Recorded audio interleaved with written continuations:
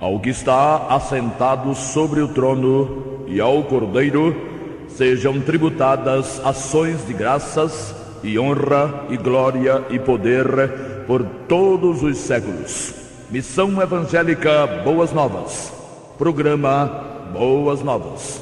O que jamais passou pela mente de pessoa alguma em toda a história do gênero humano, salvação eterna, vida eterna de graça, sem participação humana nenhuma, é o que pregamos, porque é isso que significa o Evangelho da Graça do Senhor Jesus.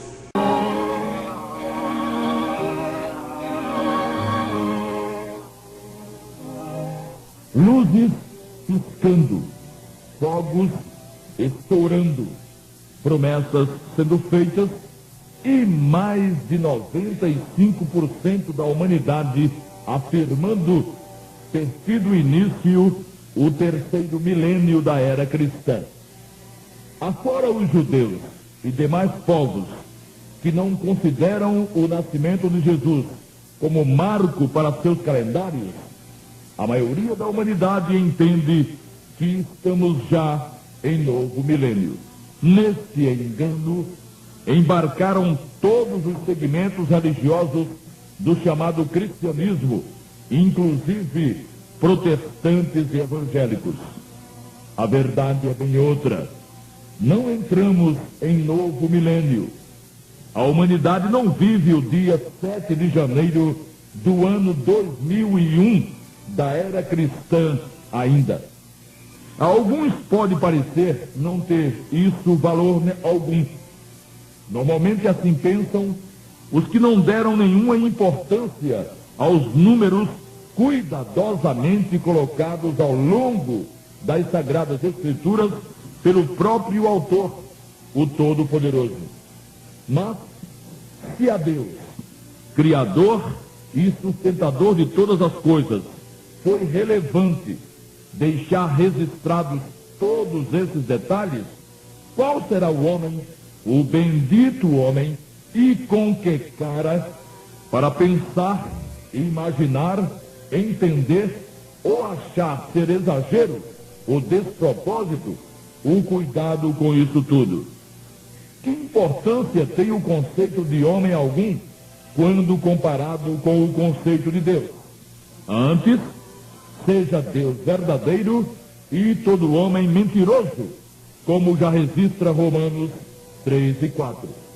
E de acordo com o conceito divino, a humanidade ainda está há alguns anos do ano 2001, ou do início de um novo milênio. O calendário vigente, esse que dá cronologia aos nossos anos, é de origem romana e com o advento do papado ficou à mercê dele. Tem-se o registro de uma alteração de 10 dias autorizada pelo Papa Gregório III no ano de 1582.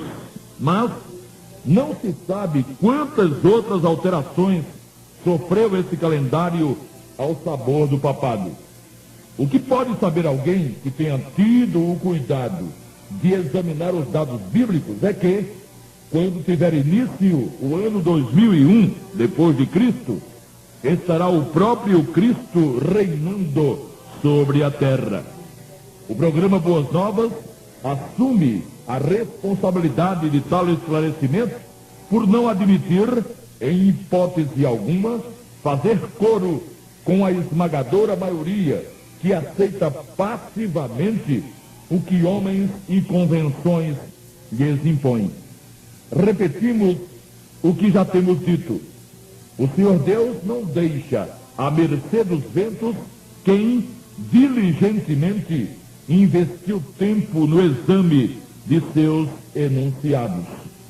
Trazemos conosco a máxima de que toda a literatura dos povos não vale uma vírgula da palavra de Deus. Com isso queremos dizer que, a despeito do valor que cada povo confere e atribui à sua cultura e às suas letras, quando se cogita da sabedoria autêntica, só se pode recorrer às páginas das Sagradas Escrituras. Dá para serem traçados paralelos entre civilizações e civilizações, entre culturas e culturas, entre valores e valores. Mas com a Bíblia Sagrada, nada pode ser comparado sequer longínquamente. Quem pensa diferentemente disso, passe muito bem. Demonstraremos desde agora que, biblicamente, ainda estamos a alguns anos do final do segundo milênio da era cristã, ou seja, mais de 7 anos separam a humanidade do início do ano 2001. Foi revelado ao escritor do livro de Gênesis que o Criador demorou 6 dias para criar sobre a terra, desde a luz até o homem. Estando escrito ter ele descansado no 7º dia, conforme Gênesis 1, de 3 a 31 e 2, de 1 a 3. Não estando o Senhor preso ao tempo e nem dele precisando, sendo impossível também ter chegado ele ao cansaço, conclui-se até com certa facilidade que o que ele ali fazia era programar o espaço na eternidade, chamado tempo, para incluir o homem, sua imagem e semelhança, em seu plano. E assim foi feito. A semana da recriação seria repetida em dias milenares, sendo os 6 primeiros dias do homem e o 7º do Criador. Ao levantar através de Abraão o povo da promessa, do qual faria nascer o Messias, exigiu-lhe o Senhor Deus a observância do 7º dia, que seria um memorial apontando também para o 7º milênio. Também dizemos porque o sábado, Shabat, era um tipo do Senhor Jesus, o verdadeiro descanso. Não é difícil a conclusão de que 2000 anos depois de Adão, veio a estar sobre a terra Abraão, a quem foram feitas as promessas. E não há por que duvidar que de Abraão até Jesus se passaram outros 2000 anos. E inúmeros cronologistas concordam nisso, apenas afirmando que o Senhor teria nascido 4 ou 5 anos antes. O apóstolo Paulo aos Gálatas escreveu: vindo a plenitude dos tempos, enviou Deus seu Filho. Gálatas 4:4. A tradução brasileira, uma das mais antigas em português, verteu: quando veio o cumprimento do tempo, Deus enviou a seu Filho. Assim, Jesus não nasceu em uma época qualquer. Ele nasceu quando era para nascer, 2000 anos após a promessa, ou no ano 4000 depois de Adão, ou como escreveu o apóstolo, no cumprimento do tempo. E quando aconteceria a profecia de seu segundo advento, ou da sua volta a essa terra? Quantos milênios depois de sua vinda como Salvador, ele apareceria nas nuvens, sendo visto por todos os olhos, de acordo com Apocalipse 1:7 e tantas outras escrituras? Quando? Só se Deus tivesse pretendido humilhar quem analisasse sua palavra, é que a resposta não seria 2 milênios. Ou seja, só se os dados bíblicos não merecessem crédito algum, é que a parousia do Senhor com a epifaneia, quer dizer, sua volta com a manifestação visível, não aconteceria no ano 2000 dessa era. Mas nada aconteceu, dirá alguém, exatamente porque ainda não chegamos ao ano 2000 depois de Cristo. Deus não se engana e nem engana a ninguém. Os homens é que vivem enganando e sendo enganados. Por isso, só a Bíblia deve ser levada em conta e crida.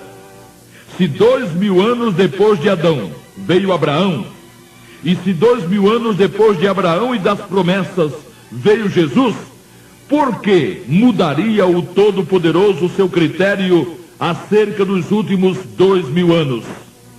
Aquela velha e carcomida conversa de que ele é Deus e faz como lhe apraz, não cabe aqui, porque Deus não é anarquista. Pelo contrário, ele é extremamente organizado.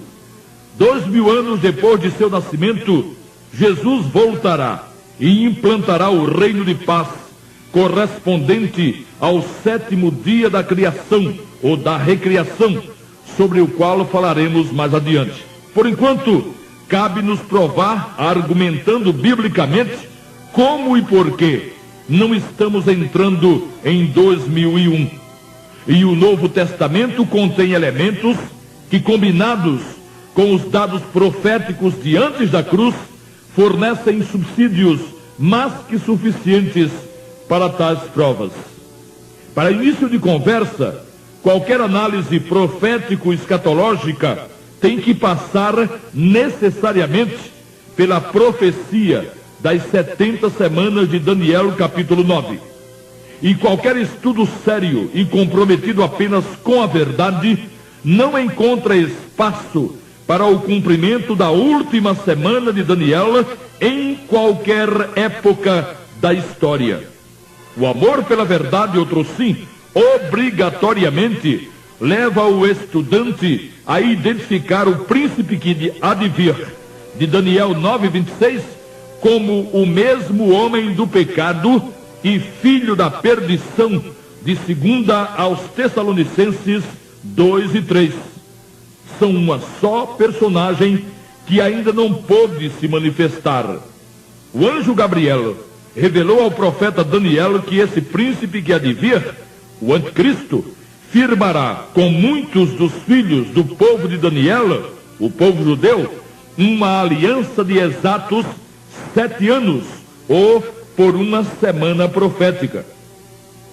Muitos já sofismaram aqui, adulterando o que está escrito e criando dogmas particulares. Serão apanhados ou no bema ou no grande trono branco. Escapar ilesos é que não escaparão. O príncipe que há de vir, o anticristo, a besta de Apocalipse 13, de 1 a 10, que é também o homem do pecado, o filho da perdição e o iníquo, de 2 aos Tessalonicenses 2, de 3 e 8, não teve tempo e nem oportunidade ainda para se manifestar. É preciso ser muito ingênuo para acreditar que o Papa seja o anticristo, ou que qualquer outra personagem da atualidade o seja. A história não registra ninguém que tivesse reunido suas características tão pouco. Nunca houve alguém nessa terra com os poderes que serão dados à besta apocalíptica, e nunca houve tempo igual ao tempo do seu domínio. Átila, Gengis Khan e Hitler pareceriam crianças de berçário diante dele. E é exatamente o tempo que lhe será dado, 7 anos, que terminará no ano 2000. Quando ele se revelar ao mundo, ainda faltarão 7 anos para a vinda gloriosa do Senhor Jesus. Lê-se em 2 aos Tessalonicenses 2, 7 e 8, o seguinte: já o mistério da injustiça opera, somente há um que agora resiste, até que do meio seja tirado, e então será revelado o iníquo, a quem o Senhor desfará pelo assopro da sua boca, e aniquilará pelo esplendor da sua vinda. É só usar um pouquinho de carinho e de cuidado para com a bendita palavra de Deus, e o estudante descobrirá a existência no texto lido de 3 figuras distintas. Primeira, o iníquo. Segunda, aquele que o detém. E terceira, o Senhor, que o aniquilará com o esplendor de sua vinda. Equacionando, temos que o anticristo, o homem do pecado, o filho da perdição, o iníquo, a besta, tudo uma mesma e só pessoa, ainda não se manifestou, porque alguém não permitiu. Quem teria poder suficiente para manter quieto esse instrumento de Satanás? Seria o Todo-Poderoso? Não, porque aquele que detém o anticristo será tirado para que o anticristo se manifeste. E ninguém pode exercer comando sobre o Todo-Poderoso. Ele é o Todo-Poderoso. Aquele que detém a besta tem poder sobre a besta. Contudo, só exercerá esse poder até ser daqui tirado por quem é mais poderoso que ele. Dar-se-ia o caso de ser o Senhor Jesus aquele que não permite que o iníquo se manifeste? Também não, porquanto o Senhor Jesus só poderá aparecer no final da última semana, em sua segunda vinda, para aniquilar o poder dele, do iníquo. Então, aquele que detém o anticristo, até que o tempo se complete, é o Santo Espírito, que desde o primeiro dia de Pentecostes, depois da morte do Senhor, foi dado ao mundo e o convence através da mensagem do Evangelho da Graça do pecado de não invocar o nome de Jesus. O tempo em que essa obra de convencimento terminará está perigosamente perto. E perto está também, e por consequência, o tempo em que terá início a última semana profética, os últimos 7 anos da história de Israel antes do milênio. Até agora, o anticristo não se manifestou. Até agora, o Santo Espírito não foi retirado, levando consigo os remidos.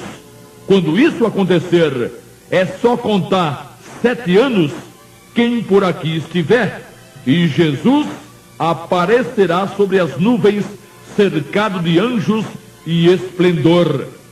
Só depois, contados os dias do juízo das nações, Mateus 25, de 31 a 46, e o período que será posteriormente dado a Satanás, Apocalipse 20, 7 e 8, é que terá início o terceiro milênio depois de Cristo. Feita com competência e sem segundas intenções, a exegese dos termos encontrados em 2 aos Tessalonicenses 2, de 1 a 10, não padece qualquer dúvida. O iníquo não pode ser senão o anticristo, e aquele que o detém não pode ser outro senão o Santo Espírito. E se nem o anticristo se revelou, e nem o Santo Espírito se ausentou do planeta Terra, então é porque a humanidade vive mais de 7 anos antes do início do ano 2001. A história não registra em que ocasião ou em que ocasiões erros foram cometidos no cômputo do calendário gregoriano, nosso calendário. Mas a história prova que até o ano 70 não havia erro. O calendário atual é denominado de calendário gregoriano. No ano 70, 10 vezes 7, cumpriu-se a profecia de Deuteronômio 28, de 49 a 51. A destruição de Jerusalém e do templo aconteceu em consequência daquilo que Deus disse que aconteceria com os filhos de Israel, no caso de desobediência e de rejeição à sua vontade. A teoria de que Dionísio Exíguos, ou Dionísio o Pequeno, monge e matemático, teria errado não computando de 4 a 6 anos acerca do nascimento do Senhor Jesus, não procede, porquanto a destruição de Jerusalém aconteceu exatamente no ano 70, o número 7 multiplicado por 10, composto pela unidade e pelo número que representa o infinito, o zero, portanto, perfazendo um número exato. Exatamente no ano 70 cumpriu-se o que Jesus disse que ocorreria, ou seja, que não ficaria pedra sobre pedra. Mateus 24, 2. O texto de Deuteronômio 28, 49, quando devidamente analisado, contém os detalhes exatos da invasão romana do ano 70. Uma nação de longe, a Itália, que voa como a águia, que era o símbolo da Roma imperial, cuja língua o povo de Israel não entenderia, já que era o latim e não uma língua semítica. Sabe-se que desde 68, portanto 2 anos antes, Vespasiano, pai do general Tito, já dominava sobre toda a região da Judéia, que não mais oferecia qualquer resistência. Sabe-se também que, tendo sido morto o imperador de então, Galba, Vespasiano foi convocado para o cargo, tendo dado ao filho Tito instruções sobre a arrancada final contra Jerusalém. Todavia, mesmo sem praticamente nenhuma resistência, pois só alguns por trás das muralhas da cidade ainda esboçavam alguma reação, o general Tito não foi capaz de destruir nada, até que o ano 70 estivesse praticamente no fim. Flávio Joséfo e outros historiadores afirmam que o ataque final ocorreu no dia 26 de setembro, que corresponde ao início de Tisri, o primeiro mês do calendário civil de Israel. Sabe-se que o calendário religioso tem início em Nisan, quando acontece a Páscoa. Isso tudo mostra que até o ano 70, o calendário juliano estava correto, contando os anos após o nascimento de Jesus. Quando a igreja se tornou oficial, isto é, quando o império admitiu a existência da igreja, e com o surgimento do papado, ficou esse com autoridade total sobre e para a manipulação do calendário, que finalmente passou a denominar-se gregoriano, exatamente em homenagem ao Papa Gregório III. Os estudiosos da escatologia, que chegaram a compreender o mistério do arrebatamento secreto desde 1994, sabem da existência de anos a mais no calendário vigente. Isso significa que desde 1994, sabem, os que sabem alguma coisa de escatologia, que o calendário em vigor registra alguns anos a mais e não a menos. O que só também ficou sabendo este apresentador é que, tendo que acontecer a vinda gloriosa do Senhor em torno do ano 2000, o arrebatamento forçosamente ocorrerá pouco mais que 7 anos antes. Os que só creem na vinda gloriosa do Senhor, quando todo olho o verá, não creem no arrebatamento, estão sabendo agora, muito embora não o admitam publicamente, que existe mesmo um erro a mais no calendário em uso. Não estamos no ano 2001. Não há como precisar em que ano realmente entramos. Que estamos no início de um ano é verdade. O mês que agora vivemos, janeiro, não poderia ser maio ou setembro por causa do ciclo das estações. O hemisfério norte enfrenta um rigoroso inverno que ocorre de fato a partir do mês de dezembro. Não há problema na ordem dos meses, há problema na contagem dos anos. O inverno na região da Sibéria está levando a temperatura a índices de 57 graus abaixo de zero. De fato, estamos no tempo correto do ano. Hemisfério norte com o inverno, hemisfério sul onde estamos com o verão. Portanto, não entrou a humanidade em novo milênio, no terceiro milênio da era cristã. Antes, ela está a alguns anos do término do segundo milênio e verá ainda muita coisa a acontecer até que o segundo milênio chegue ao fim. Nas afirmações sobre o arrebatamento dos remidos, não há erro doutrinário. Há um erro cronológico por conta do calendário impreciso sobre o qual não se tem maiores informações, sendo forçosa a constatação pelo próprio fato. Quer dizer, só agora sabe-se com certeza absoluta existir um erro considerável de anos a mais no calendário que usamos. Como sabê-lo antes? Não havia como, só com os fatos consumados.